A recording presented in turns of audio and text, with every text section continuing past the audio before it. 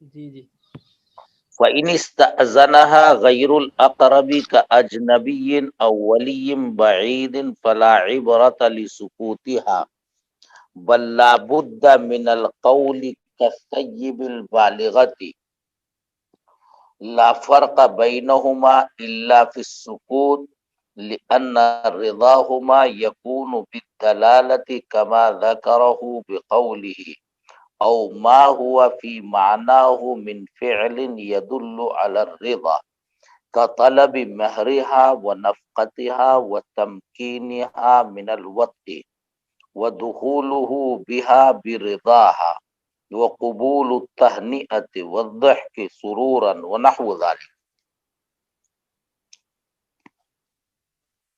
اس سے پہلے یہ بات آئی ہے کہ سیبہ اور باکرہ کا ایک فرق ہے کہ اگر اس سے نکاح کی اجازت طلب کی گئی اور وہ خاموش رہ گئی تو اس کا خاموش رہنا رضامندی کی دلیل ہے، باکرہ کا خاموش رہنا، اور سیبہ کا خاموش رہنا رضامندی کی دلیل نہیں ہے۔ بس یہ فرق ہے۔ اب یہ سمجھیں کہ خاموش رہنا باکرہ کا یہ رضامندی کی جو دلیل ہے کس صورت میں ہے اور کیوں ہے۔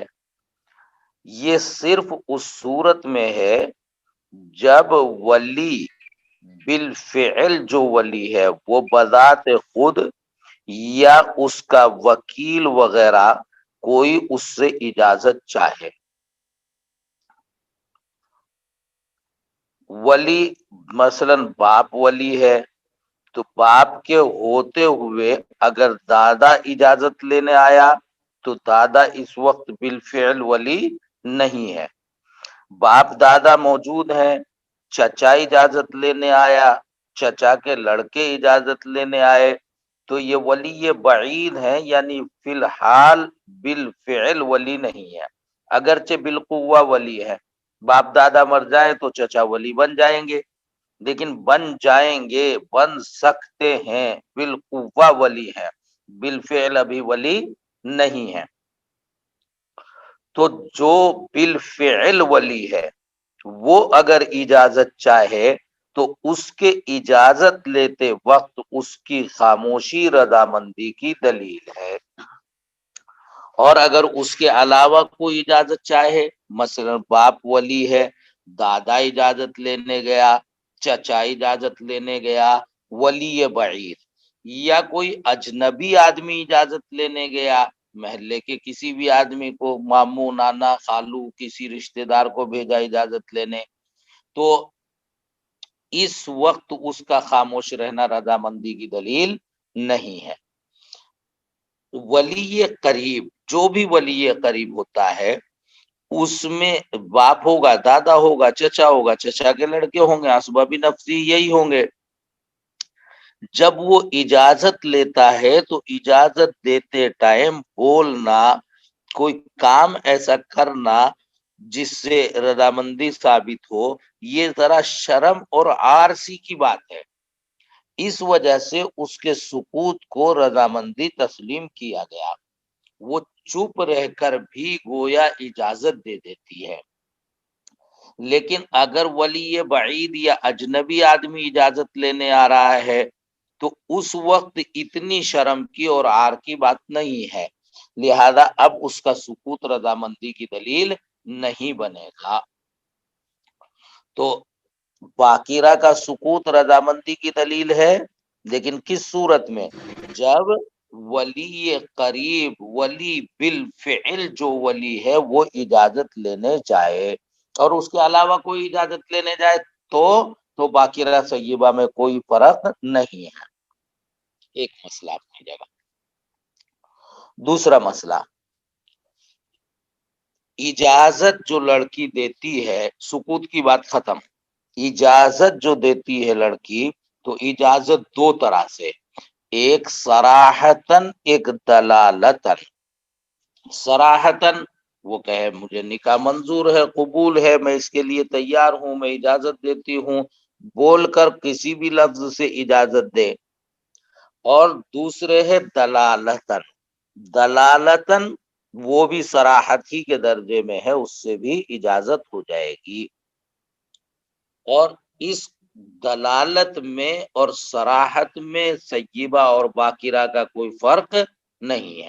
سیبہ باقرہ کا فرق صرف اس صورت میں جب ولی قریب اجازت لینے جائے تو باقرہ کا سکوت اجازت ہوگی اور سیبہ کا سکوت اجازت نہیں ہوگی۔ باقی باقرہ ہو یا سیبہ ہو، قول سے اجازت دے یا دلالتن اجازت دے، دلالتن ما ہوا فی معناہ من فعل یدل علی الرضا، کوئی ایسی حرکت کرے، کوئی ایسا کام کرے جو رضامندی پر دلالت کرتا ہو۔ مثلا اس سے کہا تیرا نکاح جو ہے اس کے آفتاب کے ساتھ کرا دیں 10,000 روپے میں، کہ لاؤ 10,000۔ مہر طلب کرنا، تو اس کے معنی کیا ہے؟ ایسا کام اس نے کر دیا، یا 10,000 اس کو دیے، اس نے 10,000 پر قبضہ کر لیا۔ تو یہ کوئی قول ہو یا فعل ہو، یعنی صراحتاً رضامندی کا اظہار ہو یا دلالتاً رضامندی کا اظہار ہو، اس میں دونوں برابر ہیں، چاہے سیبہ ہو چاہے باقرہ ہو۔ قول سے سیبہ اجازت دے یا باقرہ دے، اجازت ہو جائے گی۔ فعل سے سیبہ اجازت دے یا باقرہ اجازت دے، اجازت ہو جائے گی۔ اب دیکھو ہمارے یہاں کیا ہوتا ہے، ہمارے یہاں ولی قریب اجازت لینے جاتا نہیں۔ عام طور سے ولی قریب بذات خود ابا جو ہے اجازت لینے نہیں جاتے، خالو چلے گئے، ماموں چلے گئے، کوئی اور چلا گیا، کسی کو اجازت لینے بھیج دیا جاتا ہے، اور وہ لڑکی خاموش رہ جاتی ہے، حالانکہ خاموشی رضامندی کی دلیل نہیں ہے، تو نکاح نہیں ہونا چاہیے۔ لیکن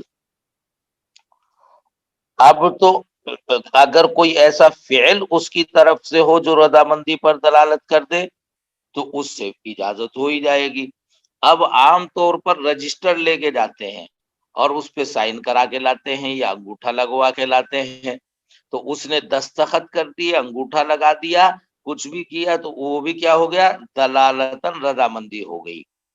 اور اسی طریقے سے اس کا رو پڑنا یا اس کا اب اجازت نہیں ہوئی، لیکن وہ اب کار میں بیٹھ کے جا رہی ہے خود ہی، تو جب اس کو رخصتی ہونے لگی تو وہ کار میں بیٹھ کے خود ہی جا رہی ہے، اس کا خود ہی کار میں بیٹھ کے چل دینا، جب کار میں بٹھائی، خود ہی سے مراد وہ نہیں، جیسے بھی طریقہ ہے بٹھانے کا، تو اسی طریقے سے اس کا بیٹھ جانا، انکار نہ کرنا، یہ بھی رضامندی کی دلیل ہے، اس لیے نکاح بہر صورت ہو جاتا ہے۔ اگر خاموشی رضامندی کی دلیل نہیں بنی کسی جگہ پر، ولی اقرب اجازت لینے نہیں گیا، لیکن اس کے دوسرے افعال، اس کا کار میں بیٹھ کر چلے جانا، اس کا وتی پر قدرت دے دینا، یہ بھی دلالتاً رضامندی ہے، اسی لیے نکاح درست ہو جاتا ہے۔ فَإِنِ اسْتَأْذَنَهَا غَيْرُ الْأَقْرَبِ، اگر اس سے اجازت چاہی ولی اقرب کے علاوہ نے، مثلا کوئی اجنبی آدمی ہے،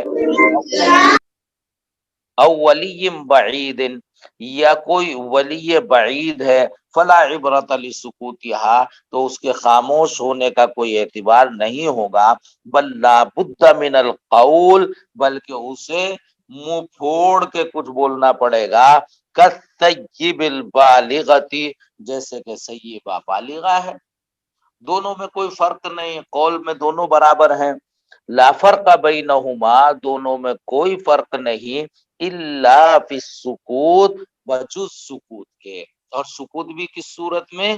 جب ولی اقرب اجازت لینے آئے، لأن رضاہما یکون بالدلالۃ کما ذکرہ بقولی، اس لیے کہ دونوں کی، باقرہ ہو یا طیبہ، دونوں کی رضامندی دلالت سے بھی ہو جاتی ہے، جیسے کہ حسکفی ذکر کر رہے ہیں اپنے اس قول سے، نہیں صاحب تنویر الابصار ذکر کر رہے ہیں اپنے اس قول سے، یہ کہہ رہے ہیں اب سمجھ لیجئے گا عبارت کو ذرا غور سے، قول ہو یا فعل ہو، یعنی صراحتاً رضامندی ہو یا دلالتاً، دونوں برابر ہیں، اور دونوں میں سیبہ اور باقرہ کا کوئی فرق نہیں ہے۔ او ما ہوا فی معنی ہو، یا تو قول ہو یا کوئی ایسا عمل ہو جو قول کے مفہوم کو ادا کرتا ہو۔ من فعل، ماں کی مراد ظاہر کرتے ہیں، ما ہوا کیا ماں، من فعل یعنی ایسا کوئی کام ہو، یدل علی الرضا جو اس کی رضامندی پر دلالت کرتا ہو۔ ایسا فعل کون سا ہے؟ کطلب مہرہا، جیسے کہ اس کا اپنے مہر کو طلب کرنا، یہ بھی صراحتن کے بجائے دلالتن رضامندی ہے۔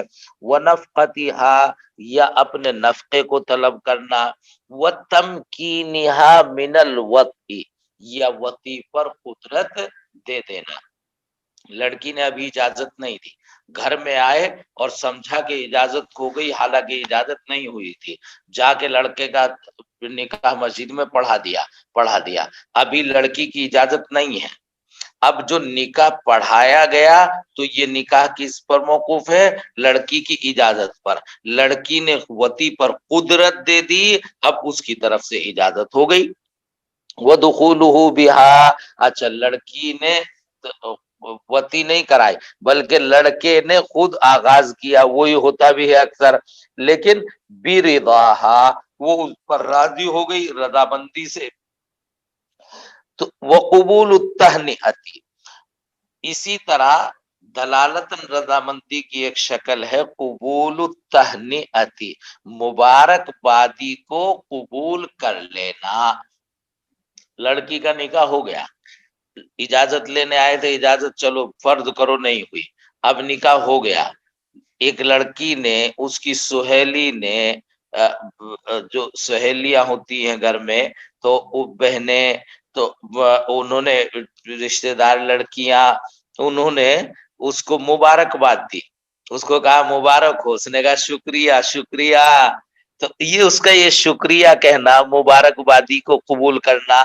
کسی نے کوئی گفٹ آئٹم دیا نکاح پر کہ مبارک ہو، اور اس نے اس کی گفٹ آئٹم کو قبول کر لیا، تو یہ مبارک بادی کو قبول کرنا یہ بھی رضامندی کی دلیل ہے۔ نکاح قبول ہے جبھی تو مبارک بادی قبول کر رہی۔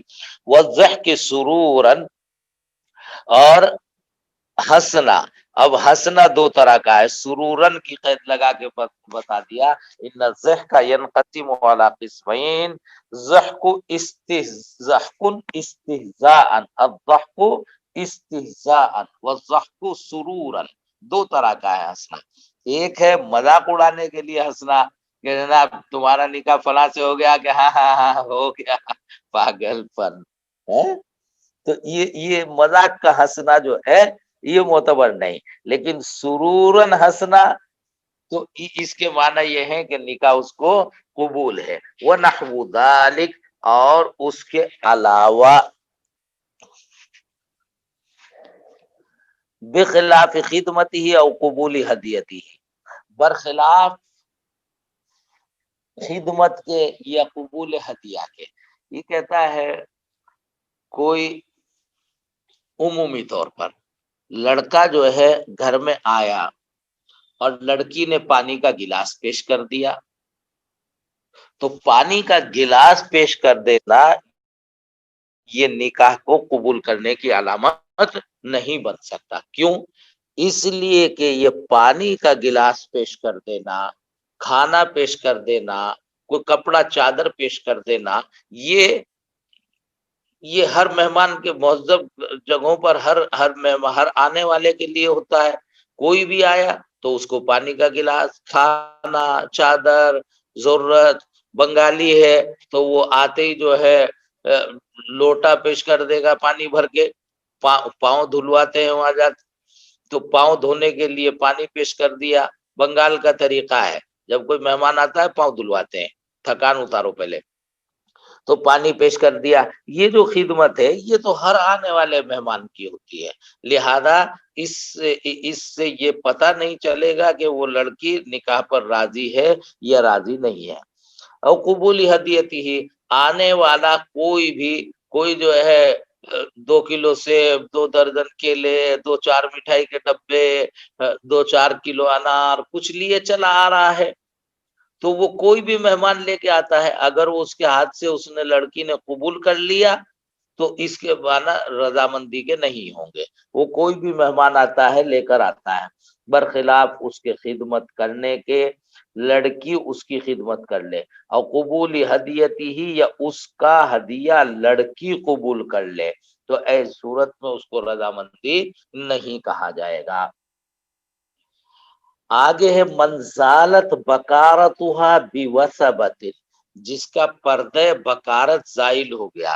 یہ بحث جمعرات کے دن اچھی نہیں لگ رہی ہے، اس لیے جو ہے اس کو رہنے دو، انشاءاللہ آئندہ پڑھیں گے۔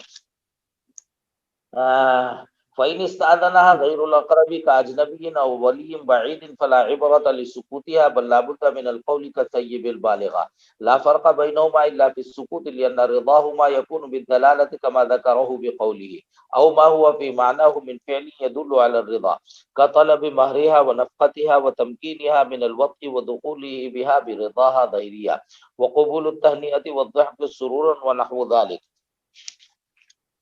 بخلاف خدمته او قبول ہدیته۔